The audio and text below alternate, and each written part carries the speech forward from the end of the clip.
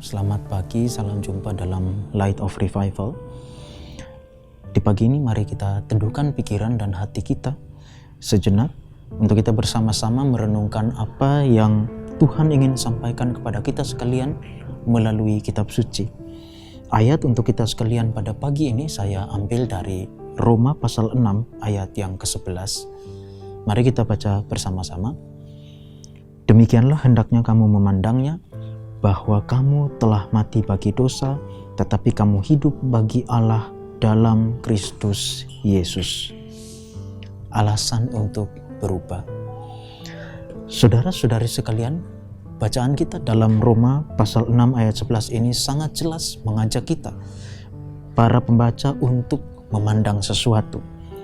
Kalau kita memandang atau melihat, pasti ada objek yang menjadi sasaran dari yang kita pandangi atau kita lihat. Nah, apa objek yang harus kita lihat menurut Paulus dalam Roma 6 ayat 11 ini? Secara sederhana, sebagai penulis surat Roma ini, Paulus memberi ajakan atau dorongan bagi jemaat untuk memandang diri jemaat masing-masing. Jadi jemaat harus melihat diri mereka masing-masing, yaitu mengenai status kehidupan mereka dalam Tuhan. Paulus menulis dengan singkat, jemaat harus memandang atau jemaat harus melihat diri mereka sebagai diri yang telah mati bagi dosa, namun telah hidup bagi Allah. Saudara-saudari sekalian, pesan Paulus yang singkat ini mungkin bukan ide yang asing bagi kita orang-orang Kristen. Kita yang sudah lama menjadi Kristen, ketika membaca ayat 11 ini, kita bisa berpikir, ya, hidup saya sekarang adalah hidup untuk kemuliaan Allah. Tapi ketika kita berpikir soal mati terhadap dosa, kita akan melihat banyaknya kekurangan dan kelemahan kita. Kita akan berpikir soal sifat-sifat buruk kita, keegoisan, atau hubungan-hubungan yang sudah rusak oleh karena berbagai hal buruk yang kita kerjakan karena sikap atau sifat-sifat kita. Dan pada satu titik, beberapa orang Kristen bahkan tergoda untuk berpikir, inilah saya, ini karakter saya, ini sudah pembawaan diri saya, inilah saya apa adanya. Tapi beberapa orang lain mungkin melihat kelemahan dirinya dan sampai pada satu titik putus asa, mereka berkata, apakah Tuhan masih mau menerima diri saya dengan berbagai kelemahan-kelemahan ini? Saudara-saudari sekalian, mari kita melihat Roma pasal 6 ayat 11 ini dalam konteks yang lebih besar. Dimulai dari Roma pasal 6 ayat 1 sampai dengan ayat yang ke-13. Pesan utama Paulus dari Roma 6 ayat 1 sampai 13 ini adalah keserupaan atau kesatuan antara Kristus dan jemaat.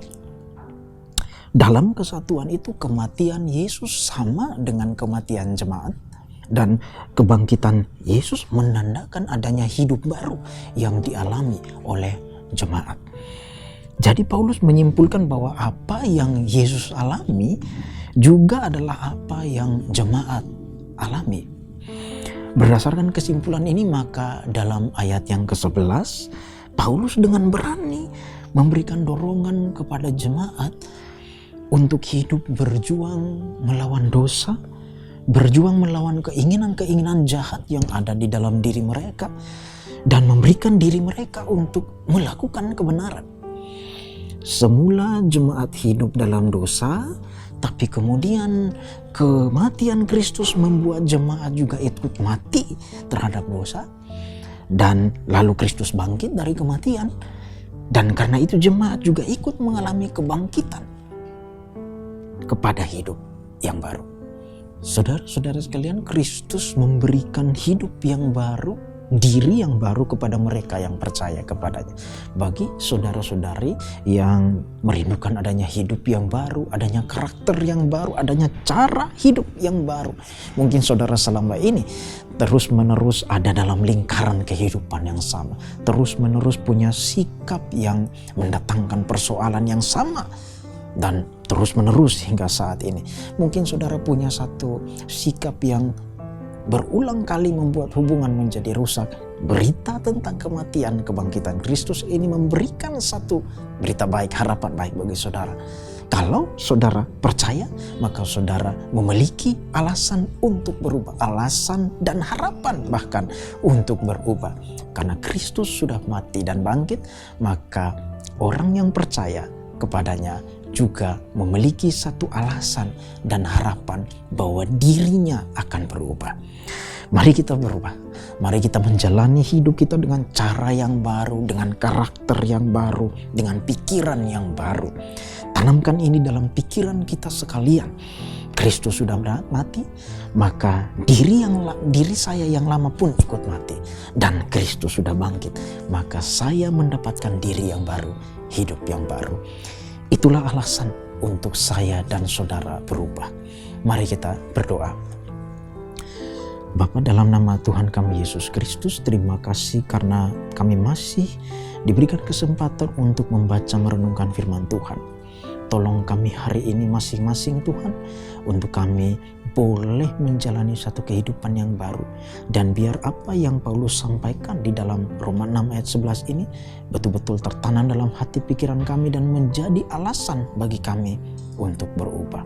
Tolong kami, ampuni dosa salah kami, demi Kristus kami berdoa. Amin.